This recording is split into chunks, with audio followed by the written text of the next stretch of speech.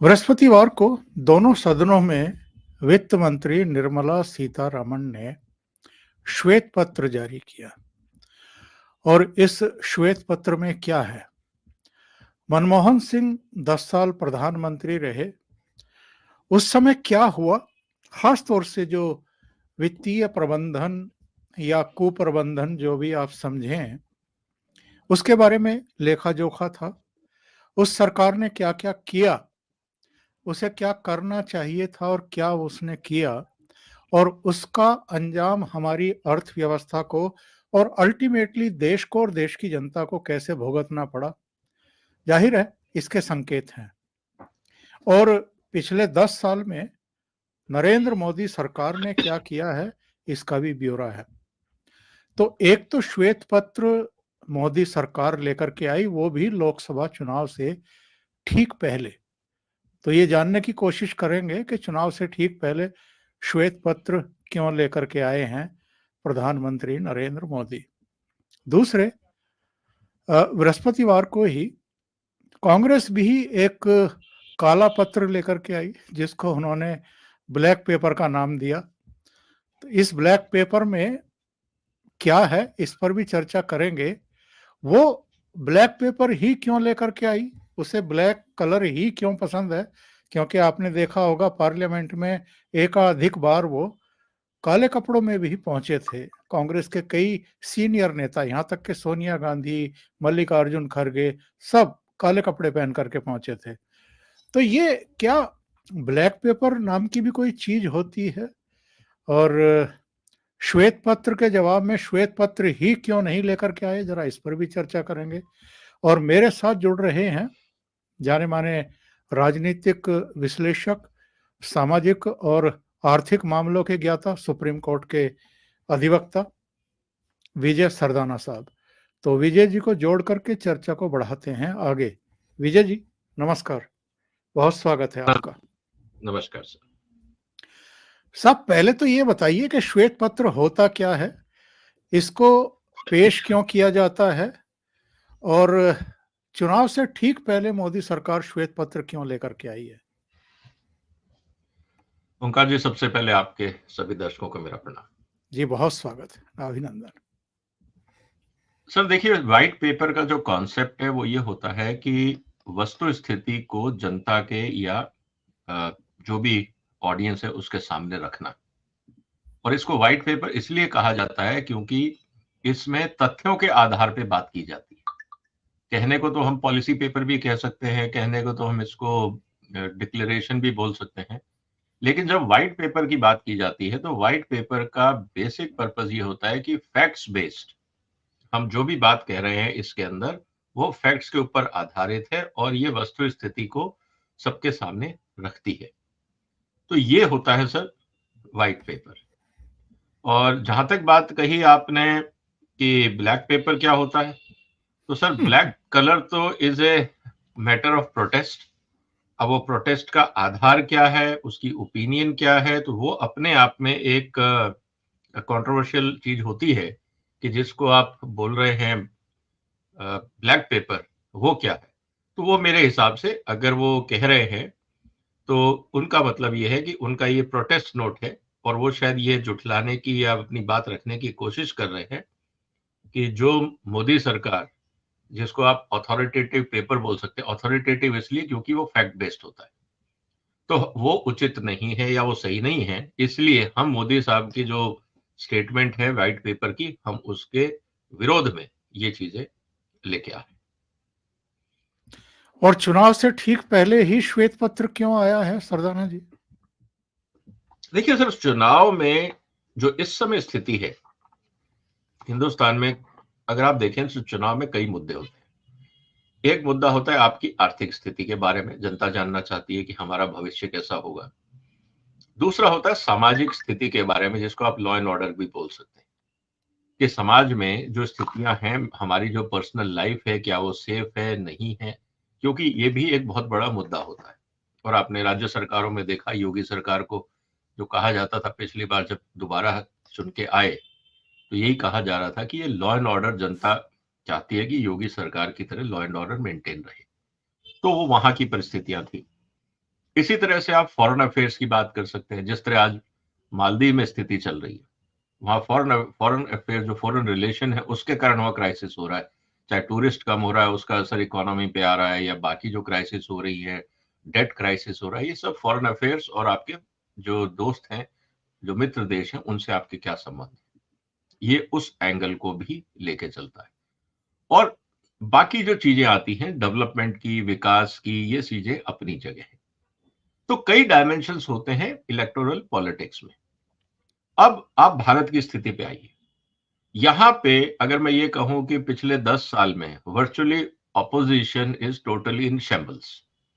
अब विरोध नाम की कोई चीज रही नहीं, तो ऑपोजिशन आपके पास बचा नहीं। फॉरेन अफेयर्स पे मोदी सरकार का काम जनता को पसंद आ रहा है। बाकी रही बात सामाजिक आर्थिक जो सामाजिक स्थिति की, लॉ एंड ऑर्डर की काफी हद तक कंट्रोल है, चाहे वो नक्सलाइट्स की बात हो, टेररिज्म की बात हो, ओवरऑल क्राइम सिनेरियो हो। हाँ, मैं नहीं कहता कि समाज में क्राइम खत्म हो जाएंगे, क्योंकि वो भी एक इंसानी कमजोरी होती है। तो जब तक दुनिया में इंसान रहेंगे, क्राइम रहेंगे, लेकिन उन पे कैसे कंट्रोल किया जाए, उनको कैसे मिनिमाइज किया जाए, ये सरकारों का काम होता है। उस स्थिति में भी मोदी सरकार के ऊपर कोई बहुत बड़ा प्रेशर नहीं है।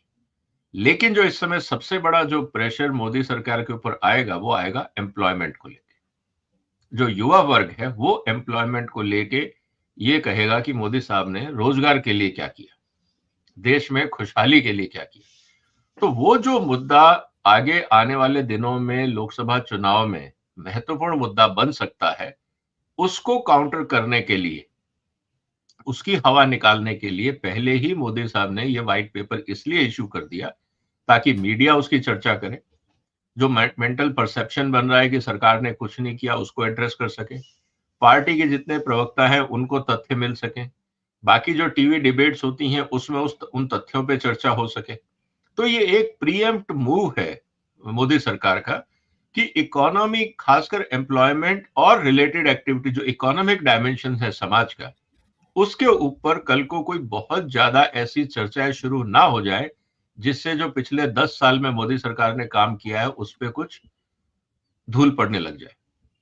तो ये उसको प्रीएम्प्ट करने के लिए और एक दिशा देने के लिए कि इकोनॉमिक डायमेंशंस में, टीवी डिबेट में, सोशल मीडिया में कैसे और क्या क्या मुद्दों पे डिबेट हो, उसको डायरेक्शन देने के लिए ये एक व्हाइट पेपर निकाला गया है। एक दिन पहले ही राज्यसभा में जब नरेंद्र मोदी बोल रहे थे, राष्ट्रपति के अभिभाषण पर जो चर्चा हुई है उसका जवाब देते हुए, तो उन्होंने कुछ पॉइंट रखे थे विजय जी, और उनमें एक पॉइंट ये भी था कि डॉक्टर मनमोहन सिंह के भाषण को उद्धृत करते हुए उन्होंने कहा था कि उन्होंने ये माना था कि जो टेंडर्स जिस तरीके से छोड़े जा रहे हैं उनमें गड़बड़ियां हो रही हैं।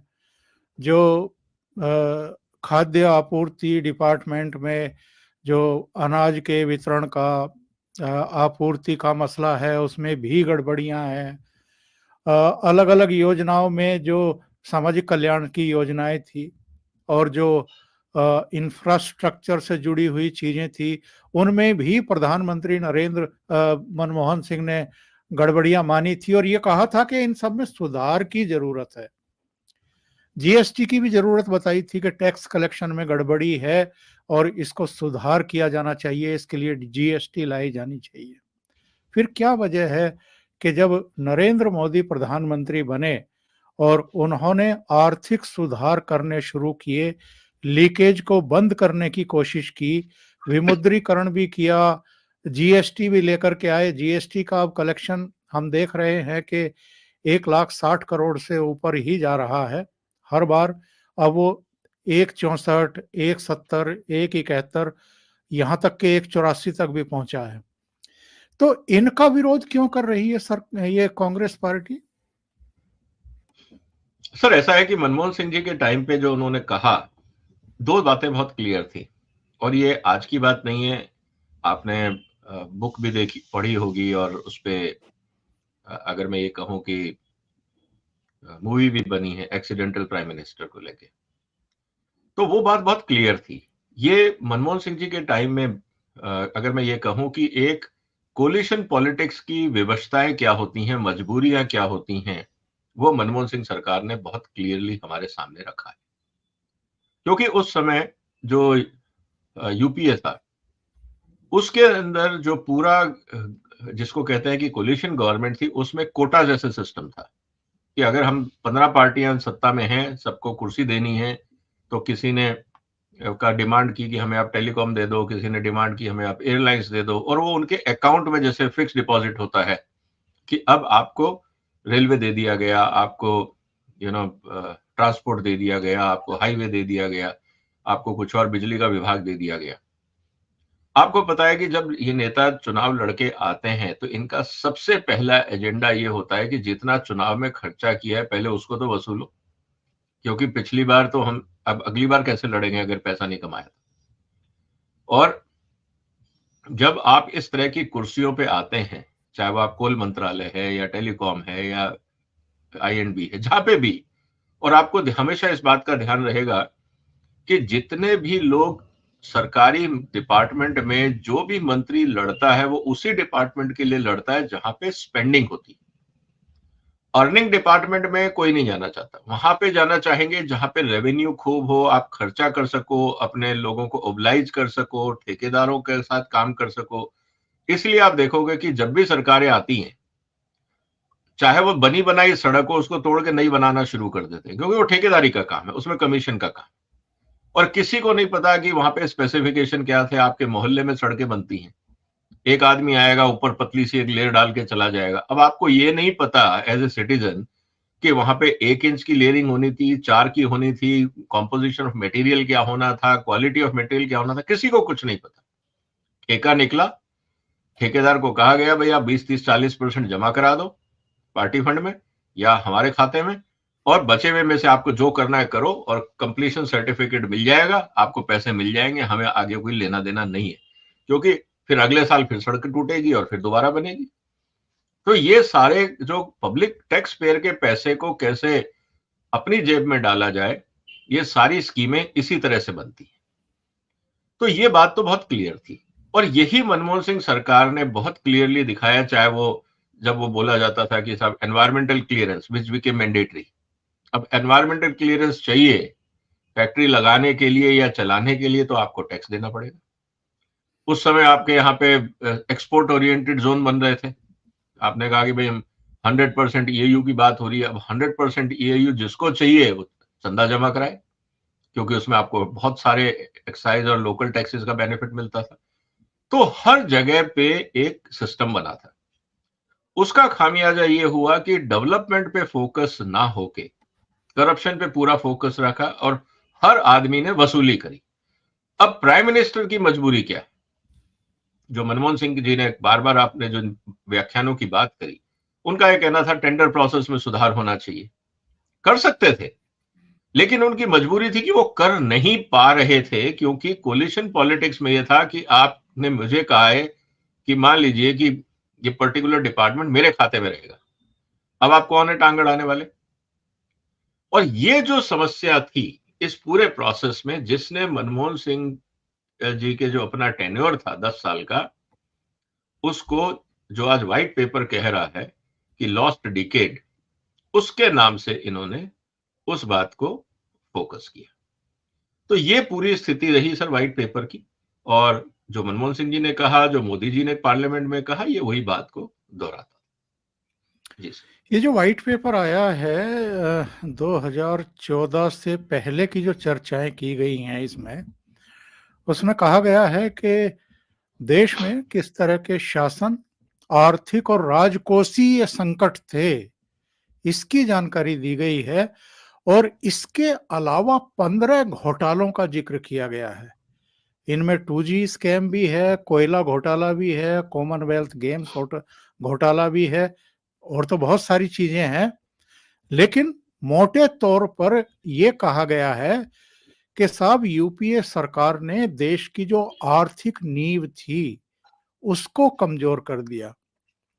रुपए में भारी गिरावट दर्ज की गई, बैंकिंग सेक्टर जो है वो संकट में आ गया, विदेशी मुद्रा भंडार में कमी आई, भारी कर्ज लिया गया और राजस्व का गलत इस्तेमाल किया गया। जी देखिए, ये बातें बिल्कुल सही हैं और व्हाइट पेपर में इन बातों को बाकायदा डिटेल में दिया गया है। तो जैसा आपने कहा कि भाई सेक्टर, बैंकिंग सेक्टर थे, उसमें 16% एनपीए था। मतलब आप ये समझ लीजिए कि अगर आप 16% एनपीए का मतलब है कि अगर बैंक का वो पूरा का पूरा नॉन परफॉर्मिंग एसेट है, तो बैंक तो वैसे ही दिवालिया हो जाएगी। क्योंकि अगर आपने इतना लोन दे दिया और वो सारा का सारा ज़ीरो हो जाता है, क्योंकि बैंक कितना कमाता है? बैंक की अपनी इनकम होती है 3% एवरेज। इसका मतलब ये है कि अगर बैंक, आप एफडी करते हो, मैं और आप अगर एज ए सिटीजन एफडी करते हैं, अगर हमें बैंक 6% मान लीजिए एफडी का रिटर्न देता है या 7% देता है, उसमें 3% जोड़ के वो मार्केट में देता है, क्योंकि ऑन एन एवरेज ये माना जाता है कि 3% बैंक का खर्चा होता है। अब 16% का मतलब है कि बैंक ने जो 6 साल कमाए वो सब जीरो हो गया। इसका मतलब ये है कि 6 साल तक बैंकों ने कुछ नहीं कमाया, सिर्फ खर्चे ही किए। उसको आप डबल कर दो, इसका मतलब 12-15 साल तक आपका बैंकिंग सिस्टम वर्चुअली डिफेक्ट रहेगा, क्योंकि उनके पास काम करने का कोई पैसा ही नहीं बचेगा। जितना उनको मिलेगा वो सारा का सारा। तो इस स्थिति में जब बैंकों के पास अपना पैसा नहीं रहेगा, बैंक कैसे चलेंगे, वो लोन कैसे देंगे, क्योंकि ये पूरा का पूरा पैसा फंस गया। अब जनता अगर कहेगी हमारा पैसा दे, तो बैंक कहेंगे हमारे पास पैसा ही नहीं, हम कैसे दें। तो जिसको इकोनॉमिक्स में कहा जाता है run on the bank, bank दिवालिया घोषित होगा। अगर बैंक दिवालिया घोषित होंगे तो सर देश की साख का क्या होगा। तो ये बहुत बड़ा संकट होता है, वित्तीय संकट, क्योंकि इसके जिसे कहते हैं कि चेन रिएक्शन होता है कि एक बैंक खराब हुआ तो दूसरे लोग जो बाकी बैंकों में पैसा रखा हुआ लोग उसको निकालने लगेंगे, वो भी बैंक कहेगा मेरे पास अब पैसे नहीं बचे, वो दिवालिया होगा। तो ये चेन रिएक्शन शुरू हो जाती है। इसीलिए आपने देखा होगा कि कभी भी जनता के सामने सरकारें खुल के नहीं बताती हैं कि वास्तव में बैंकिंग कंडीशन क्या है, क्योंकि इससे जो एक डर बैठ जाएगा समाज में, वो बैंकिंग सिस्टम के लिए घातक है। बैंकों पे भरोसा बनाए रखना ये सरकारों की जिम्मेवारी है। और इसीलिए बार बार इस बात को कहा गया कि भाई जो, अगर आप देखें इसमें एक बहुत कहा गया banking crisis in 2014 was massive and absolute sum at stake was too large. अभी भी नंबर नहीं बता रहे।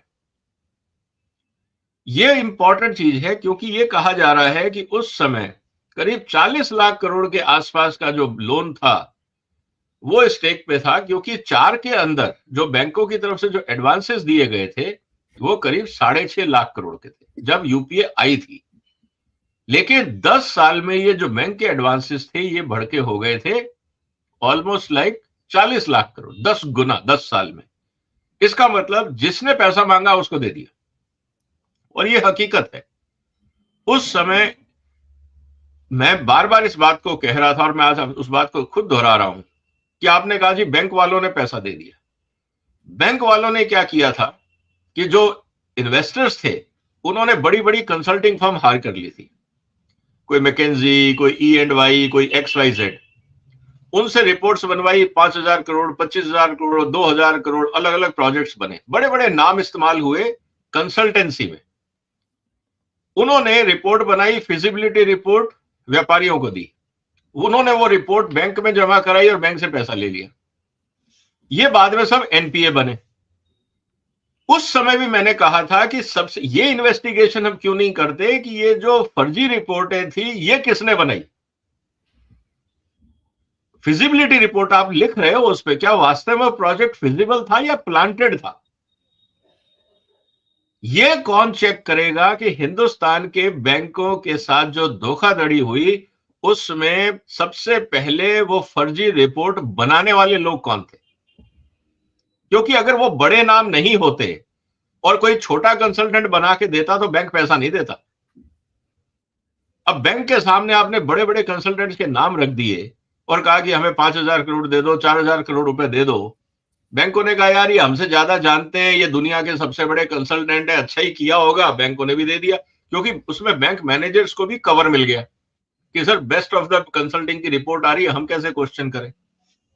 और वहां पे फिर मिली भगत हुई, चाहे वो बैंक के बड़े अधिकारी रहे हो, बोर्ड ऑफ डायरेक्टर्स रहे हो, वो स्टोरियां अलग हैं। आप अगर बैंकिंग सिस्टम में बैठ के अगर आप बात करें लोगों से तो वो कहानियां अलग समझ में आती है। आज वो सब सम्मानीय बैंकर भी हैं कई उनमें से, जिनको भारत सरकार ने पद्म अवार्ड भी दिया है। लेकिन आप बैंकिंग सिस्टम में बात करें तो लोग उन पे भी सवाल उठाते हैं कि इन्होंने जो गोरख धंधे किए थे इस पे कौन नजर रखेगा। तो ये कई काम है सर, ये एक आदमी से नहीं होता है, ये भी एक पूरा अपने आप में एक रैकेट होता है। लेकिन बात वही आती है कि जब तक ट्रांसपेरेंसी नहीं होगी तब तक नहीं हो पाएगा। और यही कारण रहा कि एनपीएस बढ़ते गए, और जब अनवायबल प्रोजेक्ट थे बैंकों ने लोन दे दिया, जब ना वो प्रोजेक्ट लगे, क्योंकि आपको एक तो चलो पैसा मिल गया बैंक से, अब प्रोजेक्ट लगाने के लिए आपको लेना है एनवायरमेंट क्लियरेंस। आपको पता है कि यहाँ पे 4,000-5,000 करोड़ का एक कोई बड़ी रिफाइनरी लगनी है। अब मंत्री जी बैठ गए फाइल पे कि पहले 100 करोड़ हमें भी दे दो। अब ये बार्गेनिंग करने में कि भैया 100 करोड़ नहीं, ज्यादा है, आप 2 ले लो, 5 ले लो, 10 ले लो, इनमें महीनों लगते हैं। और तब ये लोग भूल जाते हैं कि 5,000 करोड़ के ऊपर ब्याज का मीटर चल रहा है। और अगर 10% भी, अगर मान लीजिए 12% भी उस समय ब्याज था, क्योंकि उसमें एफडी के रेट भी ज्यादा थे, अगर 12% भी ब्याज था तो महीने का 1% का मतलब ये हुआ कि हर महीने 50 करोड़ रुपए का तो ब्याज बन गया। और अगर आपने रिश्वतखोरी के मैनेजमेंट में 6 महीने लगा दिए तो सर 300 करोड़ रुपए का तो ब्याज ही चढ़ गया, वो प्रोजेक्ट वायबल कैसे होगा? तो ये जिसे कहते हैं ना कि एक बहुत घातक घालमेल था। मैं ये नहीं कह रहा कि आज स्थितियां सुधर गई हैं, आज भी ग्राउंड लेवल पे करप्शन है। उम्मीद है मोदी जी अगले टर्म में उस गंदगी को भी साफ करेंगे, नहीं तो इस देश में एम्प्लॉयमेंट नहीं होगा, इस देश में बेरोजगारी बनी रहेगी, स्मॉल स्केल इंडस्ट्रीज दुखी रहेंगी।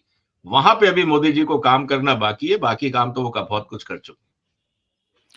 तो ये है सर बैंकिंग। जी जी, आपने नॉन परफॉर्मिंग एसेट की बात की है, लेकिन हमने ये देखा कि जो इनका पहला कार्यकाल था प्रधानमंत्री नरेंद्र मोदी का, उसमें बैंकिंग सेक्टर को लेकर के, एनपीए को लेकर के, ये तो उल्टे मोदी सरकार को घेरते थे। और चाहे विजय माल्या हो, नीरव मोदी हो, मेहुल चोकसी हो, ललित मोदी हो, सबके देश से भागने को लेकर के भी मोदी सरकार को ही घेरने की कोशिश करते थे। मुझे एक और सीन याद आ रहा है, घटना याद आ रही है।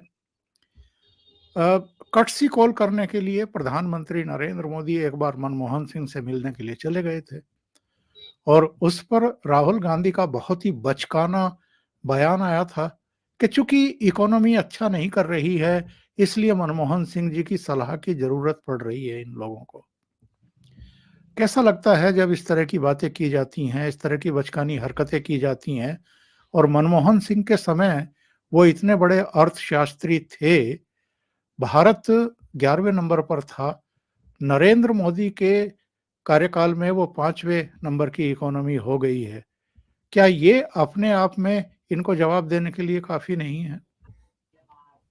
तो देखिए, ऑपोजिशन का काम है बात का बतंगड़ बनाना। इसमें राहुल गांधी जी ने कहा, उनका अपना पॉलिटिकल एजेंडा है, उनको, मेरे को तो नहीं लगता कि अभी अपनी जिंदगी में वो मोदी साहब की तारीफ करेंगे, चाहे वो उनको गोल्ड मेडल ही दे दें। कल को अगर मान लीजिए कि उनको बेस्ट पार्लियामेंटेरियन का अवार्ड मिल जाता है, या best political leader of India का भी अगर मोदी जी अवार्ड दे दें, या राहुल गांधी को भारत रत्न की भी उपाधि दे दे, तो राहुल गांधी का बयान यही आएगा कि इसमें मोदी का कोई कंट्रीब्यूशन नहीं है, ये सब मेरा किया हुआ है। तो वो तो देखिए, आप उस मुद्दे को भूल जाइए, मैं उसमें हम क्यों चर्चा में टाइम लगाए जब पता है कि वहां एक दूसरे के खिलाफ ही स्टेटमेंट आने।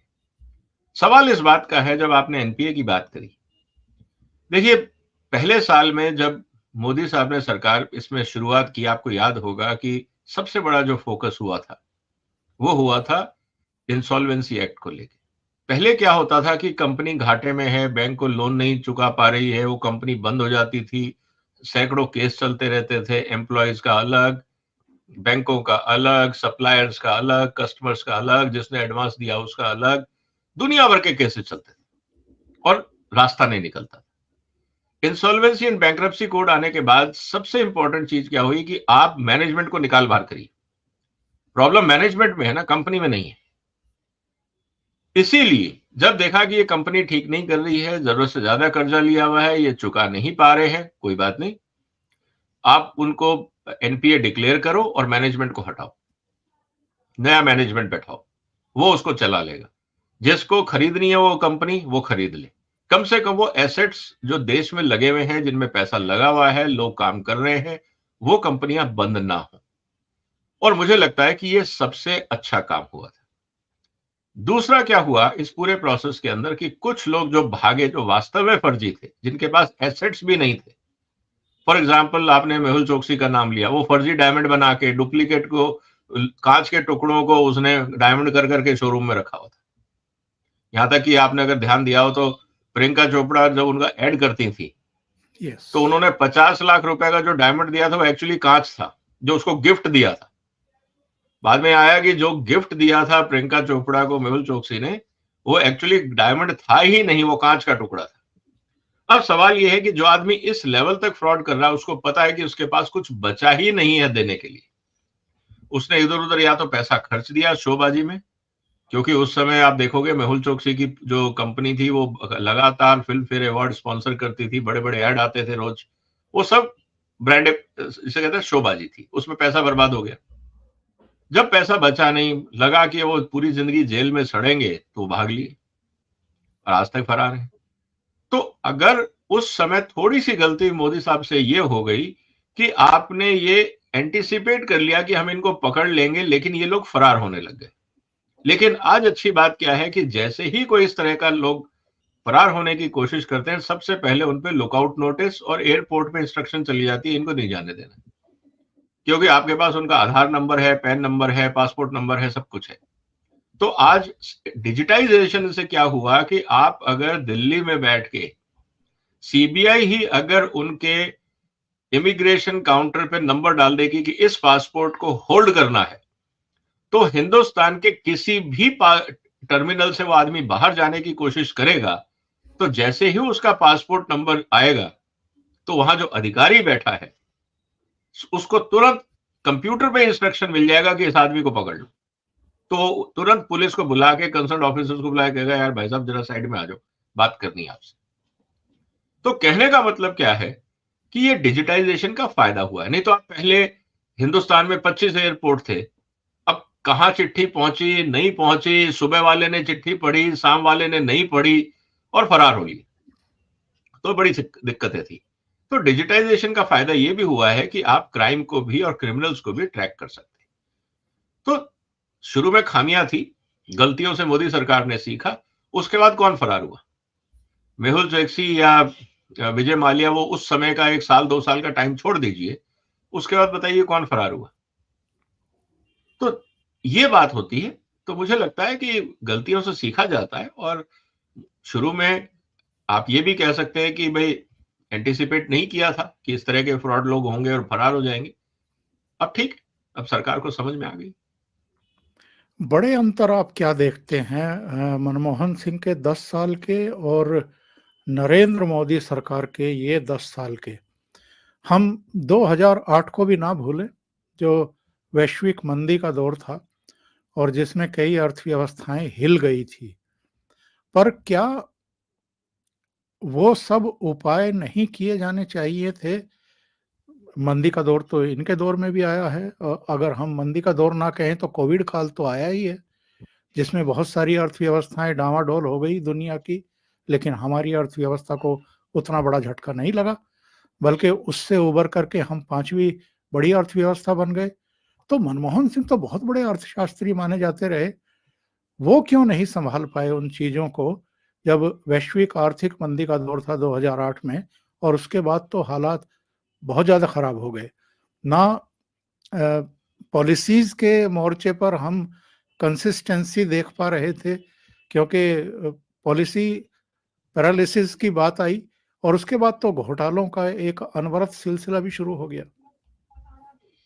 सर 2-3 चीजें थी। मैं वापस आता हूं उसी कोलिशन पॉलिटिक्स की मजबूरियों को लेके। आपको इसको पूरी चीजों को 2-3 तरीके से देखना होगा। 2008 में मैं फाइनेंशियल मार्केट में काम करता था। मैं एक कंपनी का एमडी था जो फाइनेंशियल मार्केट में ऑपरेट करती थी, broking house, one of the big broking house of India. उसकी कमोडिटी डिवीजन को मैं हेड करता था। क्योंकि मैं फर्स्ट हैंड इस चीज के साथ रहा हूं तो मैं आपको बता सकता हूं। उस समय हुआ क्या था कि पूरी दुनिया में जब लेमन ब्रदर्स का क्राइसिस हुआ था तो मार्केट बहुत ज्यादा लिवरेज थी। मतलब ₹1 की चीज आप ₹10 में या ₹50 में ट्रेड कर रहे थे, चाहे वो कमोडिटीज हो, चाहे शेयर्स हो, चाहे कुछ हो, सब कुछ हवा में था।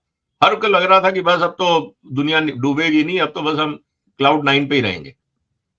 लेकिन जब लेमन ब्रदर का क्राइसिस हुआ, वो इतना बड़ा क्राइसिस था कि एक एक करके उसका कास्केडिंग इफेक्ट आया, बड़े से बड़े अमेरिका के बैंक भी धराशायी हुए।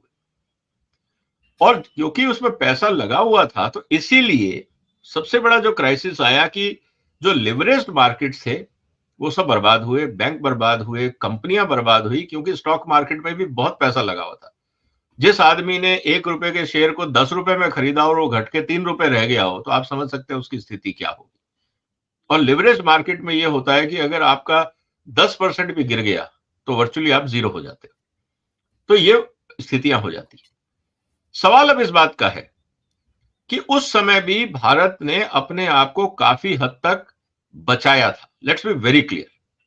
मेरे पास बहुत लोगों के फोन आते थे कि सर मार्केट का क्या होगा, और मैं आपको बताऊं पर्सनली भी मैंने उस समय जब मार्केट क्राइसिस में था मैं शेयर खरीद रहा था। कारण बहुत सिंपल था, भारत की जो इनबिल्ट स्ट्रेंथ है, मनमोहन सिंह जी इसको जानते थे, लेकिन उनकी मजबूरी थी एज ए कोलिशन पार्ट, मतलब कि सरकार के प्राइम मिनिस्टर होने की।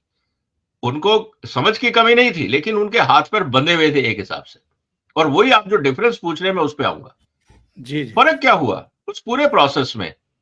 मैंने सबको एक ही बात कही कि ये जितना भी क्राइसिस हो रहा है, हिंदुस्तान से पैसा बाहर जा रहा है, बिल्कुल जा रहा है, क्योंकि जितने भी इंटरनेशनल फंड्स थे, जो FIIs थे, वो इसलिए पैसा निकाल रहे थे क्योंकि उनको डर इस बात का था कि जो हाथ में आया पहले लेके रख लो कैश, मार्केट में रखोगे और कोलैप्स होगा और नुकसान होगा। तो everybody wanted to have cash in hand, market से निकल के जो हाथ में आ रहा है ले लो। उस चक्कर में भयंकर सेल्स हुई, मार्केट क्रैश हुए। ये सिर्फ स्टॉक मार्केट तक रहा, ऐसा नहीं है कि आम जनजीवन में फर्क आया। उसके दो सबसे बड़े कारण थे। एक तो भारत की अर्थव्यवस्था चाइना की तरह एक्सपोर्ट ओरिएंटेड नहीं है। हमारी जो मेन इकोनॉमी है वो डोमेस्टिक इकोनॉमी, पहली बात। दूसरा, हिंदुस्तान में सेविंग का ट्रेंड है, तो हम लोग लोन लेके गुजारा नहीं करते। हम लोग अपने जितने सीमित साधन होते हैं, हिंदुस्तान के परिवारों में आपने देखा होगा आज भी ब्याज को बुरा माना जाता है। ये तो क्रेडिट कार्ड का जब से जमाना आया है, लोगों ने मतलब कि जो फाइनेंशियल सेक्टर ने लोगों को गलत आदतें सिखाई हैं, let me put that way. Stock market के ब्रोकिंग सिस्टम ने हिंदुस्तान के रिटेल इन्वेस्टर्स को गलत रास्ते पे डाला है, चाहे आप उसको फ्यूचर और ऑप्शन की बात करो। ये आम आदमी के लिए नहीं है, लेकिन हम लोगों ने अपने लालच में समाज को गलत दिशा दी। इसको एक्सेप्ट करना पड़ेगा, क्योंकि हमारे समाज में इनबिल्ट स्ट्रेंथ थी, इसलिए हम बच गए। इसीलिए 2008 में जब पूरी दुनिया क्राइसिस में थी, हम जरूर झटका खाए साल 1.5 साल, लेकिन हम वापस उसी तेजी से निकल के बाहर भी आए। पहली बात ये थी। मनमोहन सिंह और मोदी साहब के टेन्योर में फर्क ये है, मनमोहन सिंह को पता था क्या करना है, लेकिन उनकी मजबूरी थी, कोलिशन पॉलिटिक्स की मंत्री भी उनकी नहीं सुनते। मोदी साहब के पास सबसे बड़ा स्ट्रेंथ ये रहा कि ये कोलिशन पॉलिटिक्स की मजबूरियां नहीं है, और मोदी साहब डंडे के जोर पे काम कराते हैं। किसी मंत्री की हिम्मत नहीं है जो प्राइम मिनिस्टर के इंस्ट्रक्शन को वायलेट कर ले। मनमोहन सिंह जी के टाइम पे प्राइम मिनिस्टर की बात कोई सुनता नहीं था। यहां तक कि राहुल गांधी साहब ने जो बिल था वो पब्लिकली प्रेस क्लब में फाड़ दिया था। आज कोई करके दिखा दे मोदी साहब की सरकार में, है किसी की हिम्मत? कोई करके दिखा दे। तो कहने का मतलब ये है सर कि ये सब चीजें फर्क है। इसीलिए कहा जाता है कि लीडरशिप इज वेरी इंपॉर्टेंट। और आपको याद होगा कि अक्सर समाज में इस बात की चर्चा होती थी कि यार हिंदुस्तान में ना थोड़े समय के लिए डिक्टेटरशिप चाहिए। क्यों होंगे? हम लोग इतने लापरवाह हो गए थे, हर आदमी कहता था सब चलता है, कोई पूछने वाला नहीं था। मुझे लगता है कि ये जो पिछले 10 साल रहे, चाहे लोग कहे कि मोदी साहब डिक्टेटरशिप कर रहे हैं, मैं मानता हूं कि टफ है सिचुएशन, लेकिन सुधार तो हुआ है। अगर दवाई कड़वी है तो उसका असर तो हुआ है। तो ये बात हमें समझने की है। तो ये डिफरेंस है मेजर बिटवीन टू लीडरशिप। एक था फ्रेजाइल लीडरशिप और एक है जिसको कहते हैं स्टर्न और टफ लीडरशिप। उसका असर हमें हर जगह देखने को मिला। और मोदी जी कुछ भी करेंगे तो कांग्रेस उसके खिलाफ ही कदम उठाएगी। वो व्हाइट पेपर ला रहे हैं तो ये ब्लैक पेपर लेकर के आएंगे। कुछ भी मतलब आप कुछ समझ में आता है कि इनके ब्लैक पेपर का मतलब क्या है और जो कुछ ब्लैक पेपर में कहा गया है? मुझे तो मोटे तौर पर बस यही समझ में आया कि साहब इन 10 सालों में विपक्ष के 411 एमएलए इन्होंने तोड़ लिए, अपने में मिला लिए। और ये सब 10 साल जो हैं ये अन्याय के साल हैं। किसके साथ अन्याय के? मतदाता कुछ अन्याय कर रहे हैं, उनकी बात कर रहे हैं ये कि हमारे साथ अन्याय हो रहा है, और जब ब्लैक पेपर जारी कर रहे हैं तो अन्याय की बात कर रहे हैं। राहुल गांधी भारत जोड़ो यात्रा पर निकले हैं तो साथ में एक न्याय शब्द भी जोड़ दिया है। तो ये अन्याय और न्याय पर थोड़ा रोशनी डालिए। देखिए सर, अगर कल तक आपको मनमर्जी करने का अधिकार था और कोई पूछता नहीं था तो आपको लगता था कि इसको डेमोक्रेसी बोलते हैं। लेकिन अगर मैंने कह दिया अब आपको रूल के हिसाब से लाइन में खड़ा होना पड़ेगा और लाइन से ही आपका नंबर आएगा, तो आपने कहा देखिए आप अन्याय कर रहे हो। तो फर्क इतना है कि हिंदुस्तान में पहले रूल ऑफ लॉ नहीं था, हर आदमी मनमर्जी करता था। किसी को जब मंत्री आप देख लीजिए प्राइम मिनिस्टर की नहीं सुनते थे। राहुल गांधी साहब ने अपनी ही सरकार का बिल पब्लिकली फाड़ दिया। कम से कम जो भी डिस्कस करना था आप इंटरनल कैबिनेट मीटिंग में कर लेते या मनमोहन सिंह जी के घर जाके मिल लेते या उनको बुला लेते। कुछ भी आपको जो उचित लगता करते और बोलते कि इसको हम पास नहीं करेंगे। ठीक है, आपने बिल इंट्रोड्यूस कर दिया लेकिन इसको पास नहीं करना है, तो टलता रहता। आप वोटिंग ही नहीं कराते उसमें। तो तरीके हैं काम करने के। कहने का मतलब ये है सर कि इस पूरे प्रोसेस को अब अगर आपको कहा जाता है कि आप लाइन से आएंगे और आप कहेंगे नहीं जी लाइन से मैं कैसे आऊं, मैं तो युवराज हूं, जो मोदी जी उनके बारे में बोलते हैं, तो निश्चित रूप से किसी की तो स्वाधीनता पे आप डंडा मार रहे हो। और जब आप डंडा चला रहे हो तो निश्चित रूप से आजादी खतरे में। तो आजादी का मतलब अगर लॉलेसनेस था तो निश्चित रूप से ऐसी आजादी पे ताला लगना चाहिए। मैं उसके पक्ष में हूं।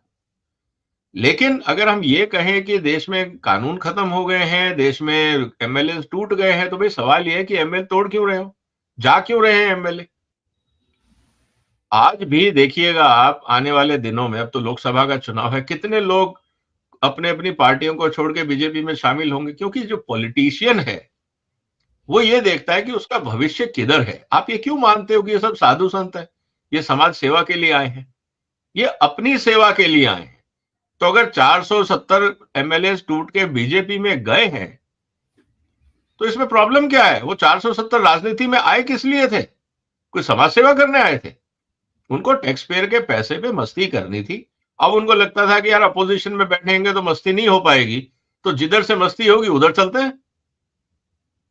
कल को अगर कांग्रेस पार्टी अपने आप को मजबूत करती है तो बहुत सारे बीजेपी के छोड़ के कांग्रेस में जाएंगे, इसमें प्रॉब्लम क्या है? गए हैं ना, ऐसा तो नहीं है कि बीजेपी से लोग छोड़ के कांग्रेस में नहीं गए।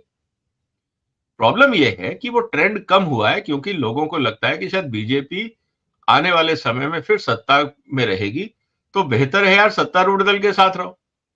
क्योंकि 90% पॉलिटिशियंस का एक ही, और आई विल से 100% पॉलिटिशियन का लाइफ में एक ही एजेंडा होता है कि मुझे सत्तारूढ़ दल में रहना है। उसका पार्टी आइडियोलॉजी से बहुत कुछ लेना देना होता नहीं है। तो जो सत्ता में रहेगा, आप कोलिशन इंडिया अलायंस क्यों बना रहे हो? क्योंकि आपको सत्ता में आना है। अगर आपको जनसेवा करनी है तो इंडिया अलायंस बनाने की जरूरत नहीं, आप अपनी अपनी कॉन्स्टिट्यूंसी में काम करिए। लेकिन सबको सत्तारूढ़ दल में रहना है तो 470 क्यों, अगर अगले 1000 लोग और टूट के बीजेपी में आ जाए तो सरप्राइज नहीं होना चाहिए। क्योंकि ये बिरादरी ही ऐसी है जिसको सिर्फ सत्ता से ही मोह है, नाम ब्रांड सिंबल से कोई लेना देना। बिल्कुल सही बात कर।